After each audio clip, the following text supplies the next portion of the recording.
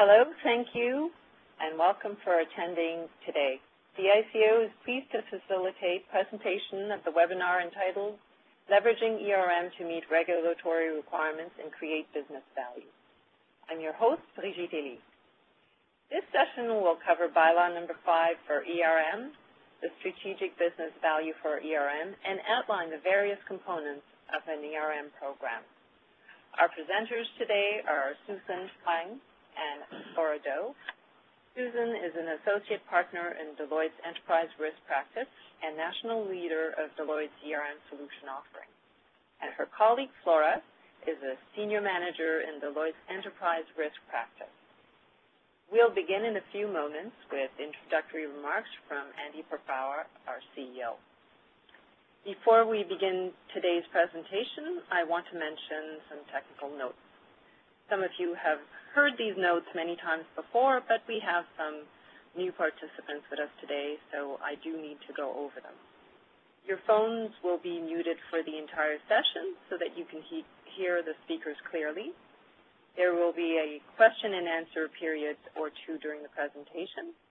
To ask a question at any time, just click the Q&A button on the top gray bar of your screen and type in your question. The program limits you to one question until we respond. We'll send you a response as quickly as possible so that you can ask another question. This webinar is being recorded and will be emailed to you in the next few days. We will also poll you at regular intervals during the presentation. I'll now turn the meeting over to Andy. Thank you, Brigitte, and good afternoon, everyone, and welcome to our webinar. I appreciate you taking the time out of your busy schedules to be with us today. Of course, your interest in this important topic is valued and appreciated by all of us at DICO. Just by way of a quick recap, as you know, bylaw number 5, which was issued and approved by DICO and the government last year in May, included a couple of important revisions regarding board governance and board oversight, with the added requirements for director training and qualifications, and of course the subject of today's webinar, Enterprise Risk Management, or ERM. The revised bylaw requires Class 2 credit unions and cases with assets greater than $250 million to have a comprehensive ERM framework in place later this year, and then with the balance of the Class 2 institutions to implement the ERM framework in 2013. Now, we recognize that this new way of looking at risk poses certain implementation challenges for some of you, and it may take some time before the ERM framework at your credit union or case populaire is functioning optimally. So I encourage you to seek appropriate assistance to help in this regard, including looking at our DICO's guidance note on ERM, the accompanying application guide, and the ERM framework that was designed by representatives from the system working with our staff. You should also look to other potential sources of assistance, including your external and internal auditors, experienced and qualified risk management consultants, and your fellow credians whose ERM framework and experience may be more mature than yours. This webinar is just one of our planned series that we anticipate presenting, either or facilitating or presenting ourselves, to help you get up to speed and also to assist your board of directors and management ensure that the ERM framework at your credit union or case is appropriate for its size, complexity, and risk profile. I know that you will find the information and discussion by both Susan and Flora valuable this afternoon, so I'll now turn it over to them. Susan? Thank you, Andy, for your opening remarks and for inviting us to speak today. Good afternoon, everyone on the webinar. My name is Susan Hwang, and I am the national leader of Deloitte's Enterprise Risk Management Practice. I am joined today by Flora Do, a senior manager within our practice. You are all aware of the regulatory requirements, so I would not go into detail with respect to bylaw number 5. But from our point of view, we believe that enterprise risk management, which I will call ERM from this point onwards in the webinar, is a strategic business process that brings value to your institution. To the extent that you need to manage uncertainties, ERM helps to identify opportunities, but also very importantly, from a safety and soundness standpoint, mitigate losses when you are faced with risk. Essentially, ERM helps to manage your institution's reputation and enable the effective and the efficient use of capital. And so our point of view again is that ERM is not just a compliance exercise, but helps to create business value. So I'd like to keep the agenda very, very simple this afternoon and propose that we speak on three things. One is to provide some context to our discussion. Secondly, we'd like to discuss our perspectives of ERM and do deep dives in what I would call 5 relatively important components of a typical ERM program. And we really pick these areas because they highlight the difference between ERM and what you would consider to be an internal control system. As well, we'd like to end the webinar with closing thoughts. So let's go to the first polling question. Brigitte, can you please walk through the polling process for the participants and pose the first polling question? Okay, thanks, Suzanne. What we'll do is that first I'll read through the question and outline the options. So in this particular case, what best describes the audience? Are you a Class 1 institution, Class 2 institution, a league or central? Are you auditors or other strategic partners? Then we'll open the poll so you can vote. Please go ahead and vote. Please use the mouse on your computer and click on the radio button to the left of the option you wish to choose.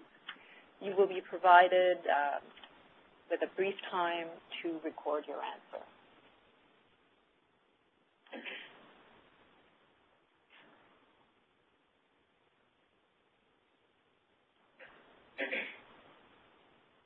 So I think we can now close the poll. Thank you, and it looks like from the polling answers that the majority of the audience this afternoon is from Class 2 institutions, which is a really good segue into the next section that we wanted to talk about, which is really setting the context around enterprise risk management. So the first context that we want to provide in terms of a background is on the regulatory landscape. For the participants, obviously, in Ontario, we are looking really at the DICO By-law number 5, which requires much more robust enterprise risk management practices. Just very, very quickly, and again, my assumption is that the audience would have familiarity on this bylaw. Sections A and B were in existence and applied to both Class 1 and Class 2 institutions. What is new is Section C, which applies only to Class 2 institutions and particularly on the subject of enterprise risk management. What I would also like to draw the attention of the audience is even if you look at Sections A and B that have been in existence, there are mention on the board and management's responsibility over risk management. So robust, effective, efficient risk management has already been a requirement from the regulators, and enterprise risk management is really an addition to make things a lot more comprehensive, a lot more structured, and a lot more formal. So this is not something very, very new, but essentially the regulator has decided to make this requirement much more explicit. In terms of the requirement itself, if we were to look at the bylaw, it's really not asking any more than I would consider a prudent person approach would involve. So if you look at industry-leading practices or relevant practices, the regulator is not asking for anything particularly more or nice to have to include it. These bylaws are by definition minimum standards that institutions need to comply with. And in fact, the regulator also decided that they do not want to go prescriptive in terms of how exactly ERM should be designed or implemented. They had very explicitly said that ERM for institutions needs to be scalable and it needs to be tailored for the organization. However, if we look at the bylaw, it is actually saying that to the extent that your institution's business is managing risk, it needs to have clarity around the amount of risk that you are willing to take, i.e. risk appetite and tolerance. There needs to be clarity around the oversight that is exercised by the board, the audit committee, or equivalent board committee, which could be a risk committee, as well as management. It also says that there needs to be some process in place for you to manage risk effectively, and also in terms of the competency within the organization to make sure that risk management is adequately designed and appropriately implemented. The revised bylaw is effective at the start of the first financial year, starting on or after January the 1st, 2012. So in other words, we are in the year. And my assumption is institutions would be well underway implementing the practices and processes that would enable you to comply with bylaw number 5. And something just to remind board members in the webinar, participating in the webinar, that as the usual practice, credit unions will need to submit to DICO a board resolution attesting to the board and management's comfort level with respect to complying with bylaw number 5. So in other words, given that this new requirement in Section C, it is not something that is a general guideline. It is a requirement by the regulators, signed off by boards of credit unions, attesting to the fact that they do believe that they have a ERM process in place. So the next perspective that I'd like to present is the industry. What is the industry currently doing, setting aside the regulatory requirements? So back in 2010, which is about a year and a half ago, Deloitte surveyed credit unions across the country on their risk management practices. And we have a plan, by the way, to update this risk survey in 2012 this year. So essentially, the credit unions that came back and responded on the survey said that they feel that risk management is much more important over the last 12 months. And I believe this data point is probably still valid going forward, that risk management is still increasing important to the credit union system. 74% of the respondents indicated that there are a formal ERM process in place within their institution. Going to the next slide is on the key drivers on risk management. Why is it that credit unions feel that there is growth in risk management importance? And if you look at the bars on the left-hand side, essentially what they're saying is that stakeholders are expecting us to do, whether the stakeholders are regulatory requirements or the board of directors, expecting that risk be adequately managed across the institution. The second driver, the second most important driver, is about the uncertainty that back in 2010 that we were all operating in, and arguably institutions are still in a midst of uncertainty. And that uncertainty is generally posed by the economic conditions as well as the leftover effects from the financial crisis. However, there is a visible proportion of credit unions recognizing that risk management can serve as a competitive advantage. And this lies very much aligned with the theme of our presentation today, which is it goes beyond regulatory requirements, that risk management does bring business value.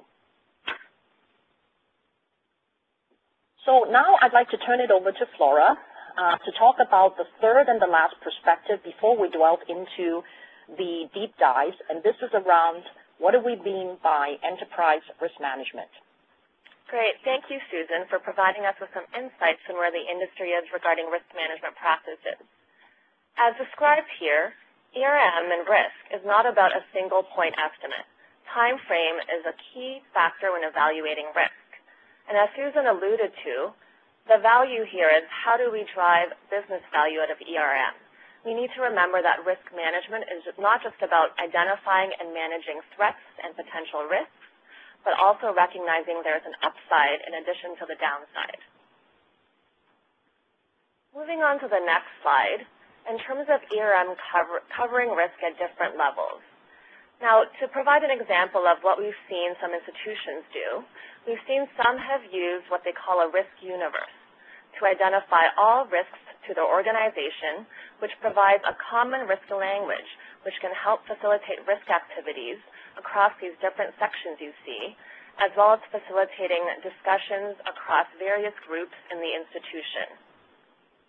Note that the risk universe would need to be customized to each institution, but there are certain key risk categories that tend to be consistent across most financial institutions. One caveat we have is that using too many risk types can be confusing. Going back to deriving business value from ERM, there should always be a business reason for tracking risk information to to a granular level of detail that's inherent in the risk universe. And as you see regarding risk culture, this overlays throughout the strategic, business, and process risk sections. Moving on to the next slide, in terms of differing levels of ERM sophistication. Some of you may be familiar with this maturity model concept, which illustrates 5 ascending levels. If we start at the left side with the initial level, the characteristics of this less mature level of ERM sophistication, where it's characterized primarily by individuals, so activities dependent on individuals versus groups, and individual capabilities, and verbal versus much documented or reported information. Moving a little over to the right, at the fragmented level, this is characterized by specialist silos. So silos would include discrete roles that have been established for a small set of risks. Typically, we've seen finance, insurance, and compliance. Now, if you move over to the middle section, under the comprehensive level, this is where the approach really starts to become top-down. And what do we mean by top-down? This is where the framework can include policies and procedures, where risk authorities are defined and well communicated. The orientation of the ERM program is around the business functions, not just about the risk and control functions. And primarily, in terms of risk measurement, it still largely is at the qualitative level. Moving over to the right, to the more mature integrated level, this is really where the ERM program has become systemic. The ERM program has an integrated response to adverse events. Metrics can be linked to performance management of individuals, characterized by rapid escalation of potential risks and issues, and cultural transformation in terms of risk behavior is underway. Now, finally, at the right hand, the strategic level is really where what we call risk intelligence, or intelligent risk-taking, has been achieved. ERM is built into daily decision-making processes, risk interactions are managed with incentives, and the processes have become sustainable. Let me just jump in here on that one for Sandy here, and just a little bit about where we think we are. And I think you see a line in there, current effort. I think credit unions, generally speaking, especially the Class 2 credit unions, are just sort of moving from the fragmented into the comprehensive zone on average. I'm generalizing a lot here. But I think more or less the industry in Ontario, at least, the system in Ontario is at that stage. The challenge now is to move to the right, to get into an integrated process and ultimately to a strategic process. And I think we're making very, very good progress given what we've started with. Other provinces are probably more along the line, especially British Columbia, which started this process a number of years ago. So I think the point I'm trying to make is that we still have a long way to go in this journey. Great. Thank you, Andy, for that comment. So now we'll move to some more polling questions to get a sense of ERM maturity at your respective institution. So our first question is, does your institution have a formal ERM program in place? Yes or no?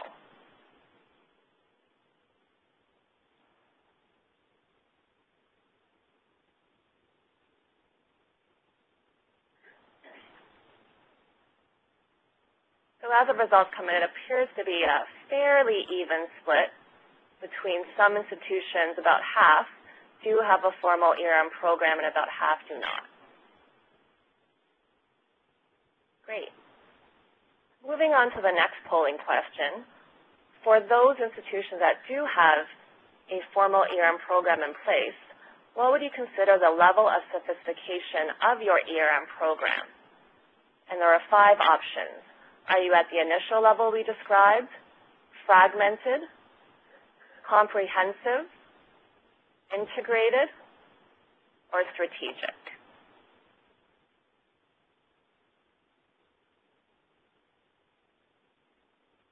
So this is interesting. As Andy was commenting, very generally, that most institutions are likely at fragmented, moving towards comprehensive. And looking at the polling results, that's actually quite reflective, where almost half of the institutions today are likely at the comprehensive level, and then the other half is pretty evenly split between either the initial level or the fragmented level. It's interesting to note that some of you think it at the strategic level, and I think that's great. If you're there already, I think that's great progress. Excellent. And just a comment, we have seen several institutions that are building their ERM programs towards a more mature level, largely based on management's desire to implement something more sophisticated or robust, with the board support as well. And we've also seen smaller credit unions take strides towards reaching leading practices. Our last polling question on this topic is, in terms of your desired future level of sophistication for your ERM program. So again, the same 5 choices regarding what is your institution targeting: initial, fragmented, comprehensive, integrated, or strategic.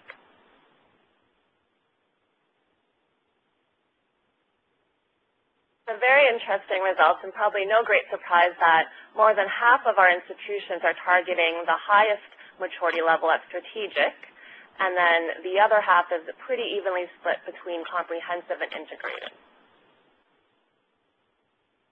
Excellent. Thank you for your feedback, and that's great context in terms of our comments today. Now we'll walk through some of the key ERM program elements, regardless of the maturity of ERM at your institution. As Susan said, we'll be discussing a set of principles that institutions should follow, recognizing that we're not going through a comprehensive list today due to our time constraints. For example, monitoring and reporting is critical to any effective ERM program. On the next slide is outlined Deloitte's ERM architecture.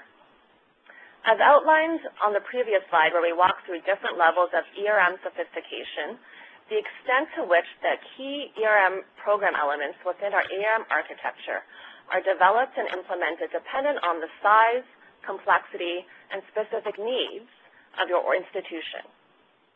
So at the top of the house, starting with risk governance, this includes strategic decision-making and risk oversight led by the board of directors to meet its responsibilities.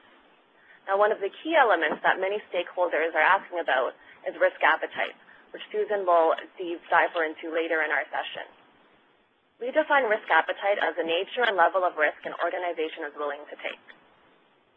In the middle of our ERM architecture, risk management enablers support the design, implementation, and sustainability of an effective risk program led by executive management.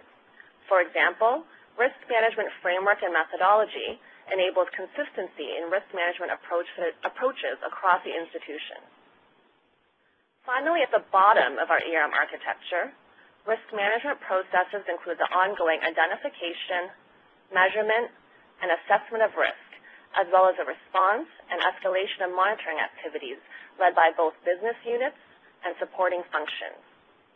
Regarding risk identification, which is the ability to understand both significant, existing, and emerging risks, one of the tools to identify such risks is scenario testing, which I will touch on later in our session. Now we would like to open up the floor to any general questions that the group may have on the content we have covered so far. Okay, I have one question at this time for either you, Flora, or Susan. You have provided criteria to determine the level of ERM sophistication at an organization. Is there a suggested approach to determining what level of sophistication an institution should target? Great, thank you for the question. So as the DICO has communicated, an organization's ERM program really needs to be customized to its specific needs. The first step is really determining what is the institution's desired level of sophistication and what value does it want to get out of its ERM program.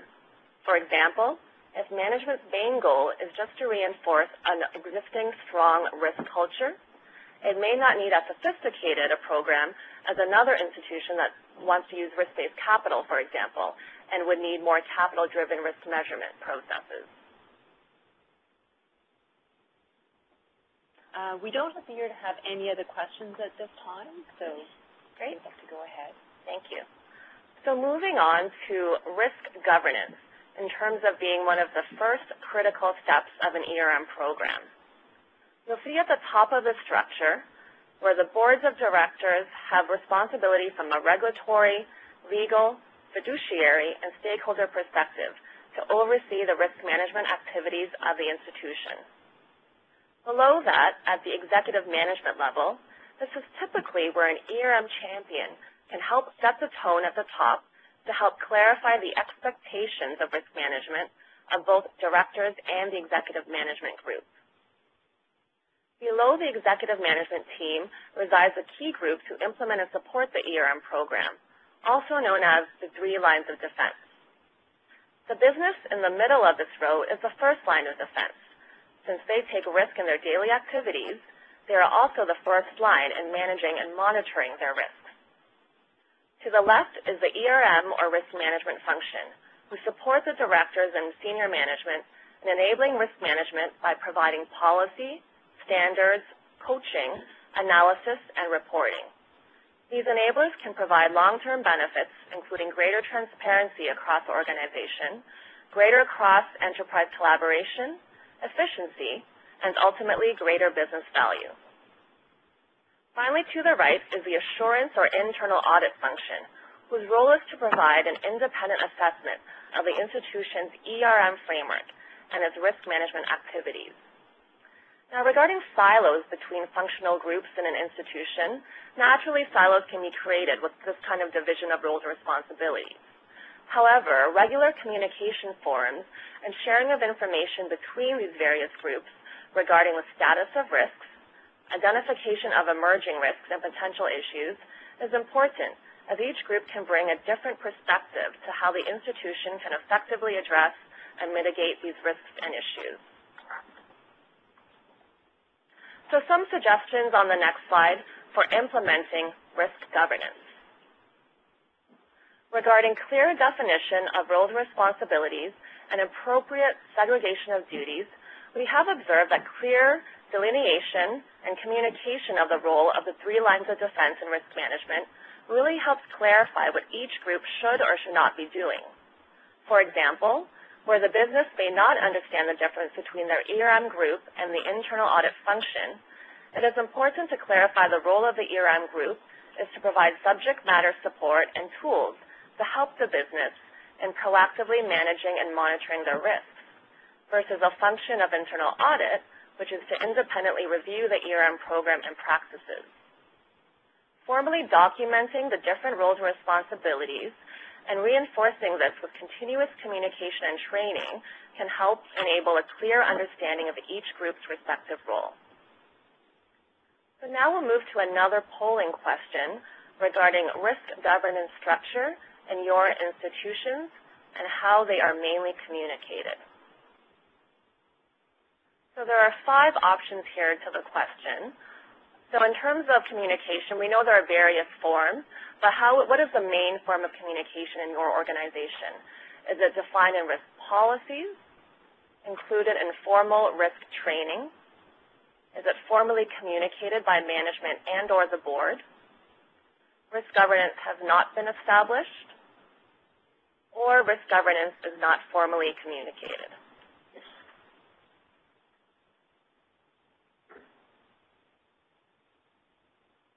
And as the results are coming in, there are 2 clear main forms of communication.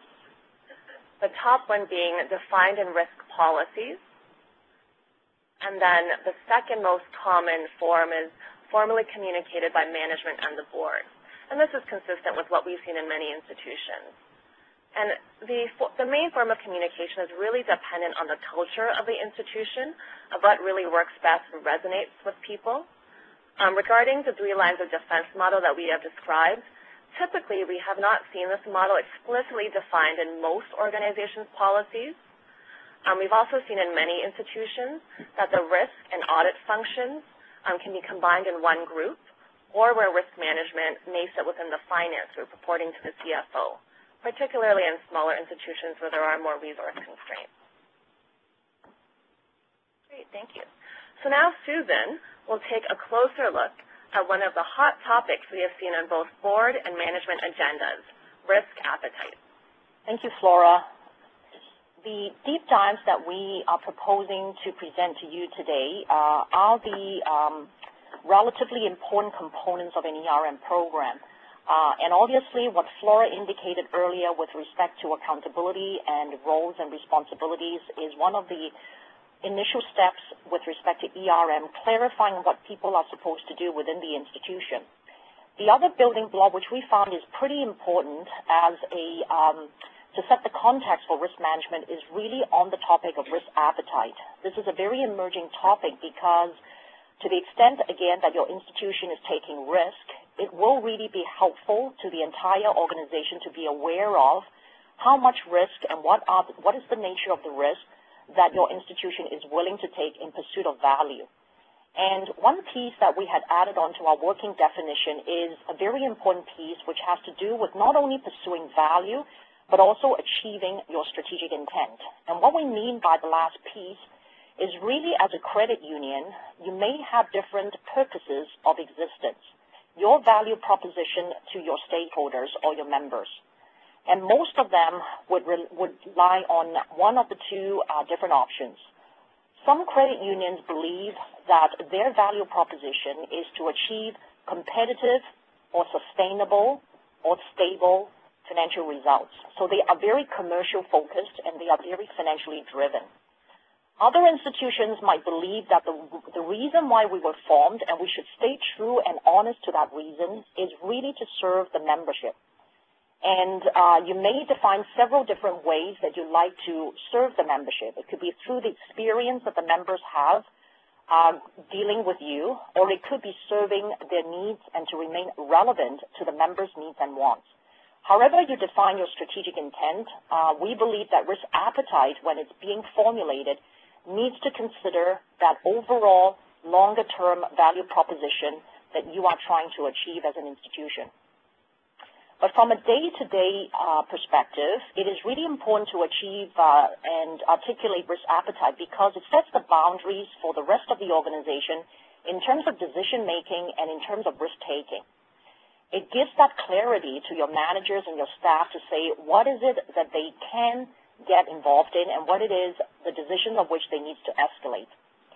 On a more strategic level, risk appetite really helps an organization to focus on what is really important because it provides that benchmark that you can compare your risk profile against what you are willing to pursue or you are willing to tolerate, and anything beyond that threshold and benchmark is something that you know you need to focus on, and perhaps from a reporting and escalation perspective that you need to bring to the attention of management as well as to the board.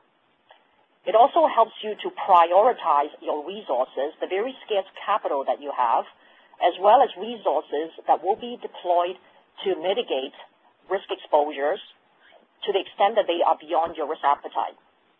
We also feel that organizations obviously have a lot of risk limits and thresholds in place, and we actually get a lot of questions from institutions saying, don't I already have my risk appetite defined because in my policy I've got a whole list of risk limits and thresholds? And essentially, our response would be that, yes, those limits and thresholds have been in place for a long time, and they do work very effectively. However, most of the time when these risk limits and thresholds are in place, they are not necessarily tied in, number one, with the strategy that you want to pursue, and secondly, discussions around trade-offs are generally not explicit when risk limits and thresholds were being developed. In other words, if you were to pursue from a strategy perspective down a certain path, and there needs to be trade-offs that you need to make, most of the time that discussion is very strategic in nature, and yet that discussion does not trickle down to the development or the review of risk limits and thresholds that guides day-to-day decisions. So that misalignment potentially might happen. As well, risk appetite also helps you decide on how much risk do you want to hedge your finance and how much insurance that you want to buy based on what you'd like to retain as an institution. Moving on to the next slide, what we find one of the key challenges with respect to risk appetite is confusing terminology. And I know that a lot of institutions use the word risk capacity, risk appetite, risk limits, and a whole slew of other definitions quite interchangeably. And there is no right or wrong answer, but the point of view that we'd like to present is really risk capacity, for example, is really the amount of risk that you are able to absorb as an institution. So you can see it as the maximum amount that you're able to absorb and should a risk event occur.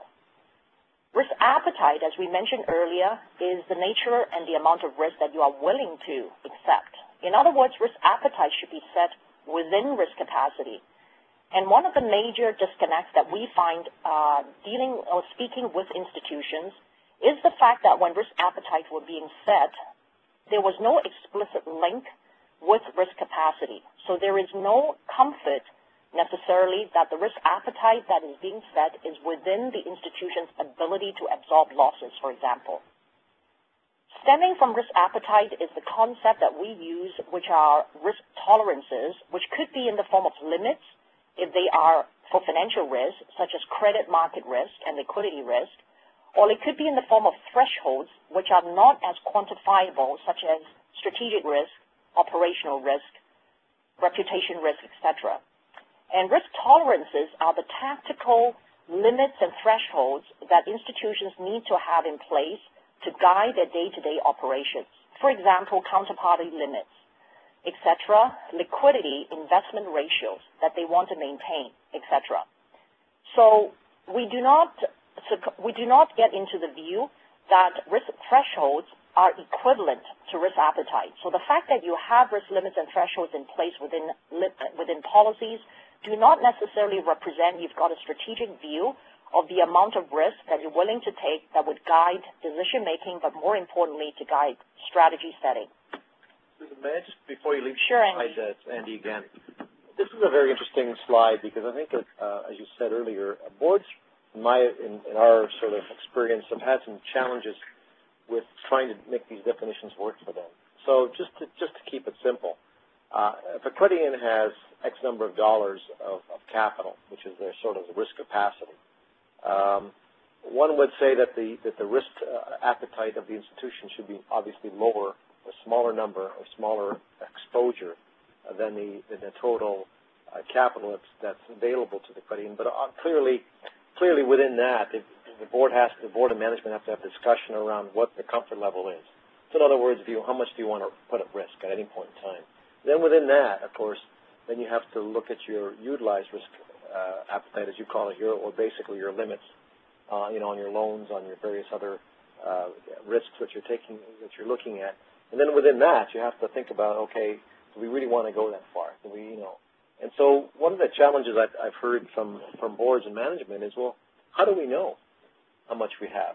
How do you go about? Maybe this is a question that might come up later, but maybe I should ask it now. Is how do you, as a board and management, sit down and have a conversation around these limits and these risk appetites, and how do you get to the point where you can everybody has the same sort of understanding? Yeah, that's a great question, Andy. I think that is the million-dollar question, quite frankly, is how do you articulate risk appetite and what that number should be?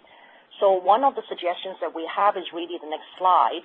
It's a good segue into the next slide to say that when the board and management discusses risk appetite, what would be the things that they need to consider?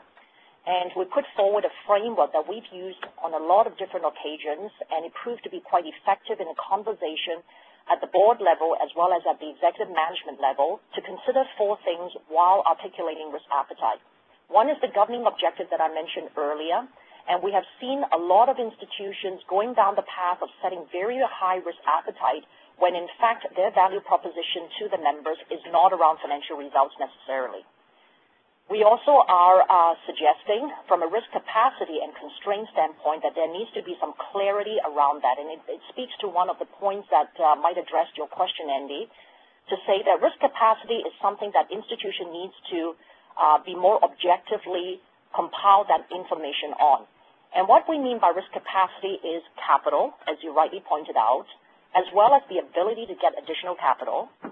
It also talks about your earnings strength to the extent that whether your earnings is adequate or not as well as whether it is volatile or not. It also speaks to some very qualitative things, such as what is your strength in the marketplace? What is your competitive advantage in the marketplace?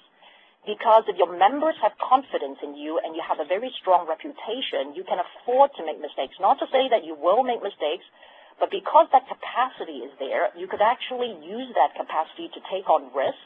And if something bad happens, you know that the consequences will somehow be muted by the capacity that you have. So there are qualitative considerations as well as quantitative measures that organizations can get a handle on, as well as trying to figure out what are the constraints to those risk-taking capacities. So, for example, some members may voluntarily put a constraint on what they are willing to accept or not accept, or that the regulators like yourselves would put some constraints or expectations on the institution's willingness to take on risk. So those constraints need to be considered as well. The third component really is on the general risk-taking attitude, whether the organization naturally is a conservative organization or not. And obviously, risk appetite needs to be aligned with the business strategy and objectives. That if your strategy calls for you to be very aggressive, the implication is you have a very high risk appetite, and the reflection that institution needs to make is that really true? So just before you leave that slide, DICO's, I wouldn't say accused, but certainly people have the impression that DICO's natural instincts is to sort of try to limit the risk-taking of institutions as much as possible, because that in fact limits the risk to the industry, to the system, and also to our fund and to ourselves and everybody else. And I just want to clarify for the group listening in today, that's not the case. The case, I think, more likely is what you just described, is it's understanding how to balance those risk exposures and the appetite of each institution against their objectives, see whether or not they are, in fact, meeting those objectives, and how much risk they're willing to take, and expose not only themselves, as you say, confidence in their institution, but also confidence in the rest of the system. It doesn't take much to as we've seen over the last number of years, to shake the confidence of the depositors and the members and the shareholders and the public, actually, in financial institutions. And so it's really important that everybody in the system understands that we're only as strong as the weakest link. There are institutions out there that are way out there in terms of risk appetite and taking those kinds of risks. They actually pose a risk to the rest of the system, not only in this province, but across the country and indeed from arguably around the world. So, again, fundamentally, it's important for each board and management to have this conversation around risk appetite and to be clear, precise as much as possible about what those limits are. That's correct. So moving on to the next slide is on a typical life cycle of risk appetite, and very quickly it is around coming up with an approach to develop risk appetite, which is what we've just discussed. Articulating the statement itself that would require stakeholders, as Andy, you had rightly pointed out just now, whether it is the regulators, whether it is the membership, the board specifically, the strategic business partners that you work with, what are their expectations of you with respect to risk appetite? Implementing risk appetite is critical. A lot of institutions that we work with are at the point where they develop the statements and then they ask the question, what do we do now with these statements? And it is around the communication, what does these statements mean? It is around applying those statements into the day-to-day decision-making process, etc. The monitoring and reporting is really important as well, because if you're not monitoring your risk profile and making sure that they stay within the risk appetite, not only is it not complying with bylaw number 5, it also is a shortcoming that you're not leveraging the risk appetite information effectively. And obviously the statements themselves go through, I would say, several iterations before they could be finalized with respect to accuracy. And so we do encourage institutions to make sure that the statements that they come up with may not need to be perfect in the first go-around, but definitely needs to be validated and revalidated as time goes on. So I'd like to, again, turn it over to Flora, who would talk about the other 3 deep dive topics that we have in mind. Thank you, Susan. As Susan mentioned, risk culture is an essential part of risk appetite. and to the successful implementation and maintenance of ERM. So here are some example questions you can ask yourselves regarding your institution of, are these cultural attributes in place? So for example, is there clear ownership and accountability for key risks? Is everyone aware of what the key risks of the institution are? On the next slide are some suggestions for implementing the desired risk culture. So for example, if the desired risk culture is a more conservative one, where management wants all decisions to go through multiple levels of review and approval, and the current environment around decision-making is more informal, developing more formal processes and policy requirements for the escalation and approval of decisions can drive the desired behavior, including reinforcement of risk ownership. Implementing more formal processes can be supported by ongoing education and communication of management's expectations and requirements. This can also be further reinforced by linking desired behavior and actions to individual performance management. On the next slide are some suggestions around risk identification and assessment. So using a broad suite of techniques and not just relying on an annual heat map type process. Various risk identification and assessment techniques can include facilitated management self-assessment with the risk group's input and challenge to their assessment, facilitated sessions by external parties where the starting point may be a common industry risk universe, where specific and additional risks are identified by a group of stakeholders. You can consider benchmarking against peer institutions, as well as scenario analysis, in particular for potential risks and black swans. Now, involving the right stakeholders up front, regardless of the process chosen, is critical to ensuring all existing and emerging risks are identified and assessed appropriately, and not only the risks that may already be known and measured, as well as identifying and understanding the relationship between different risks, such as the correlation between market, credit, and liquidity risk, as well as the impact on the institution's overall risk profile. Embedding risk identification and risk assessment in business decision-making processes is really critical for ERM to create value for the business. As Susan discussed earlier regarding risk appetite, aligning this process with strategic planning is really key to bringing it to life for the front line. Moving on to our final deep dive regarding stress testing. So stress testing is one of the risk management tools that can be embedded in decision-making process. And as stated here, they are not forecasts. They don't predict the future. It's really a method that can alert the institution to potential risks and provides an indication of potential capital required to absorb losses if large shocks occur. The process should reveal hidden vulnerabilities and any inconsistencies in existing management actions. For example, hedging strategies in an institution where there are exposures to complex structured products. So on the next slide, regarding various purposes that stress testing can serve, it provides a complementary risk perspective to other risk management tools, particularly during periods of unstable conditions or rapid growth. Now, similar to the risk appetite setting process, both qualitative and quantitative results of stress testing across the institution should be reviewed and discussed, not just the results for specific business units or portfolios or risk categories. Stress testing results can feed into capital and liquidity planning processes to support contingency planning. And in terms of helping to evaluate strategic choices, for example, new products may be examined to identify new or different risks.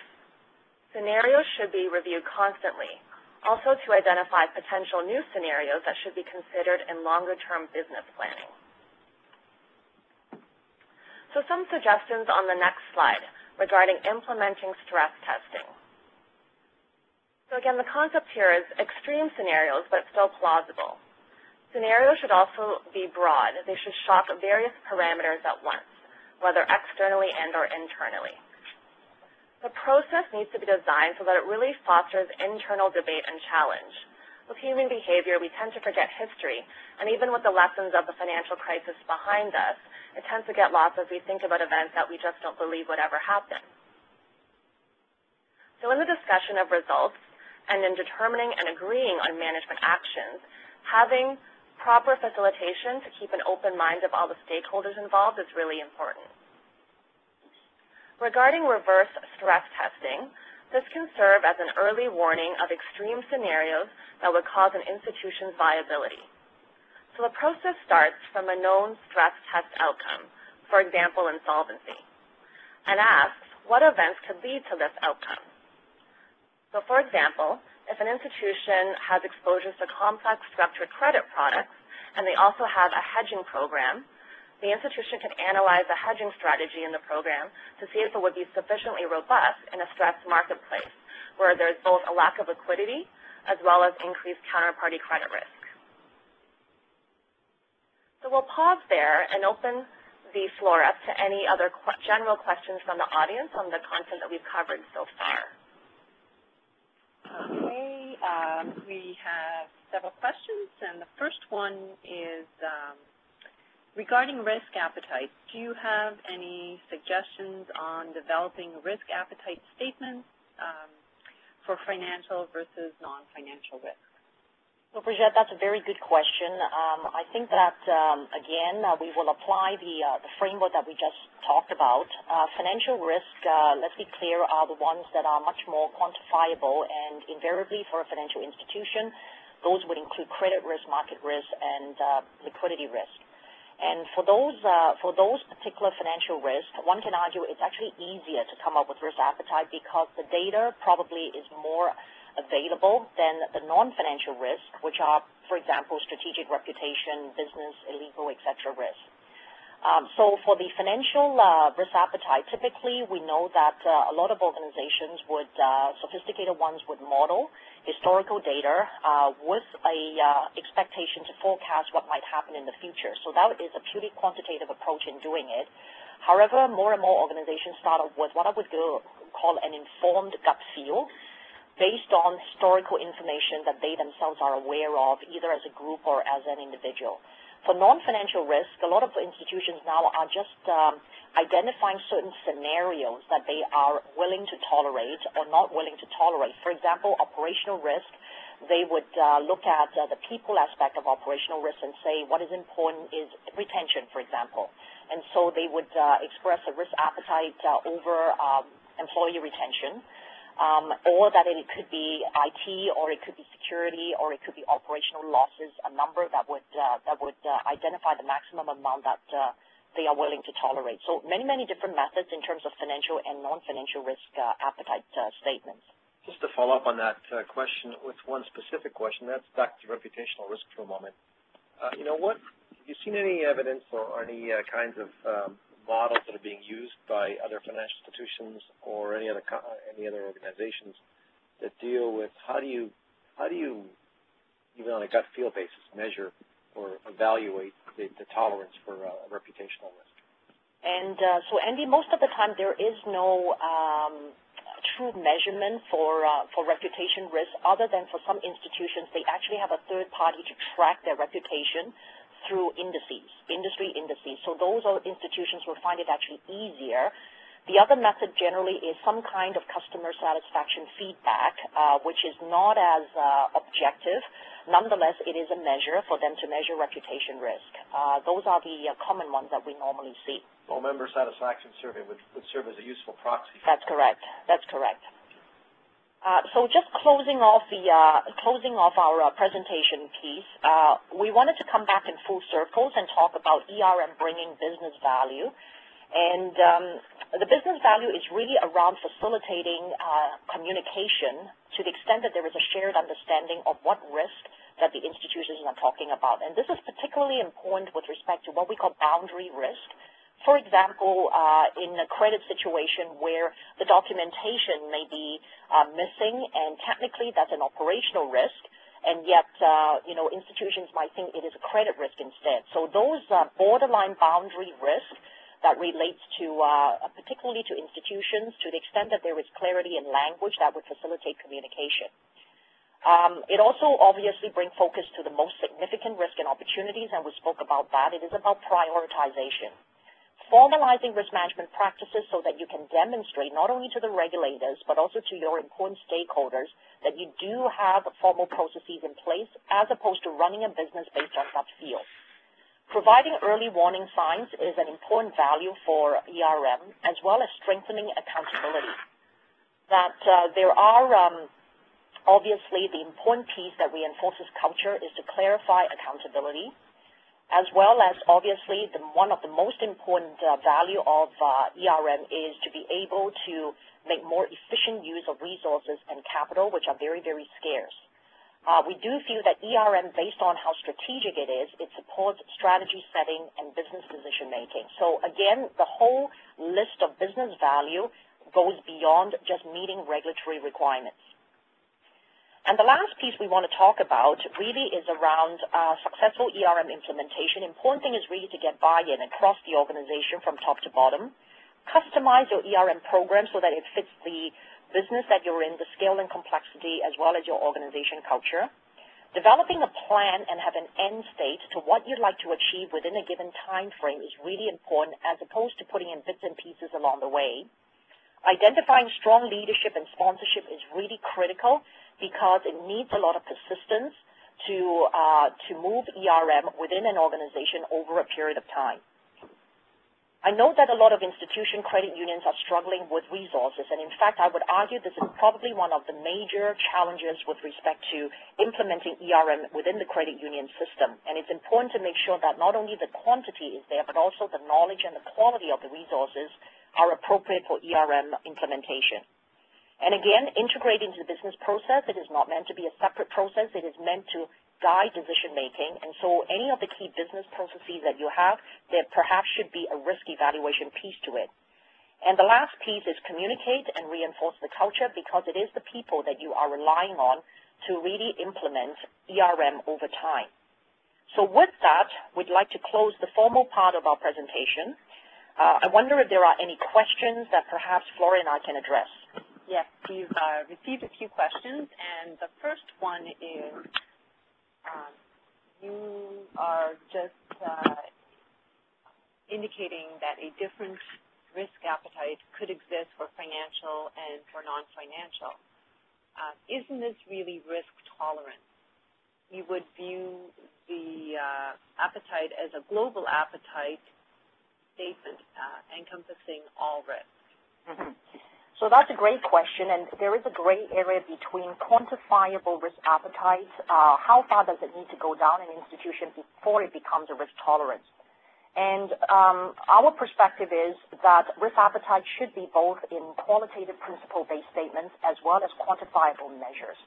And those measures should relate to things that an institution finds to be most critical for their success. And invariably for deposit-taking institutions, it will be around capital. It will be around liquidity, it will be around credit, and potentially around operational and reputation aspects as well. So the very high-level aspects or dimensions of a business is something that we feel that there should be quantifiable risk measures, and if you cascade those measures further down, then they do become risk tolerances. Thank you. The next question, so can risk appetite statements of financial risks be presented in terms of a range that is a floor, tolerance range, and ceiling? So I think this question has the underlying assumption, and I think that the thinking is around risk appetite is never an accurate statement, that you cannot point to a number to say that that is our risk appetite. Below 1 basis point, then we have a problem. And I think that is the underlying kind of thinking around a range that needs to be put in. And again, I wouldn't say that there is a right and wrong answer, because I would definitely say that risk appetite is not an accurate function. And so if an institution finds itself operating within a range and that's more effective for decision making, I don't see any reason why that isn't an issue. Obviously, the trick is to look at the extreme ends of the range and make sure that those extreme ends are what they are comfortable with. Thank you, Susan. I have a question for you, Andy. Finally. How will ERM figure in DICO's DPS system and will affect human costs if my credit union maximize risk? How will it affect this? Well, that's a good question to ask, because that's exactly what we've been thinking about as well. First of all, as you all know, the current DPS system deals with a sort of a 5-point system, and part of the point is about corporate governance and risk management, and that's really measured by the credit union and case popularis compliance with bylaw number 5. Seeing as the ERM is a requirement of bylaw number 5 and a key component of bylaw number 5, certainly a failure to meet the standards laid out in that bylaw would have a negative impact on the DPS system. As we move forward in reviewing our DPS system going forward, we anticipate having a much more emphasis actually on the governance / risk management side, and so you can look forward to something later on this year in late spring or summer, a proposal to review the DPS system to look at the relative balance between things like capital and governance and risk management in terms of how we measure risk and how we're going to charge for premiums. So clearly, ERM is a very important part of that discussion. Thank you, Andy. The next question is, as a board member, how often should ERM be reviewed, discussed on our agenda? Should it be noted at each meeting with a reminder to consider ERM when making decisions? So my response very quickly is, I would encourage boards to discuss ERM, obviously in slightly different manner at every meeting. That would be my suggestion. It also depends on how much heavy lifting on ERM is being done by a board committee, or is the board as a whole charged with the overall responsibility to provide oversight on risk management. In any case, I think that to the extent that strategy is being reviewed, I think that would be a good opportunity to have an ERM discussion in conjunction with a strategy discussion. But there is so much to discuss within ERM. You could have a board session just on credit risk. You can have another session just on liquidity risk. You could have definitely another discussion on emerging risk, black swans, risk indicators, risk culture. There is just so many different topics around ERM that should be discussed that I think board would probably find themselves not having enough meetings to discuss ERM. Well, just to add to Susan's comments, from our perspective at DICO, I think it's important that the board get a regular report from management on the assessment of the ERM compliance with the risk tolerances and appetites and so on. And that should be sort of a standard reporting package, whether it be monthly or quarterly, is up to the credit union to decide. The second part of it is, I think that the discussion of ERM actually informs the board about its strategic decisions and where it's going. And it should be tied in very closely to the strategic plan and the report from management to the board on where they are on the strategic plan. So all these things are sort of tied together in a nice way, and they flow from one to the other. So I think it's important that the board be regularly updated on the ERM program, reports be simple but effective, and also have a lot of time spent at each board meeting dealing with strategic issues and not operational issues. I gather we have one more question or a comment, actually, and the comment was really around why can't we, as a system in Ontario, sort of have a standard set of risks and elements from an ERM perspective to share with everybody so that we don't have to duplicate this time and time again.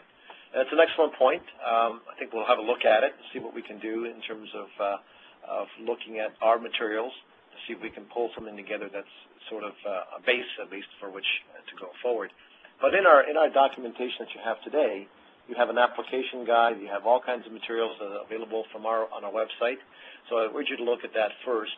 But certainly something that we'll think about, take it away and see whether we can do anything else to help you.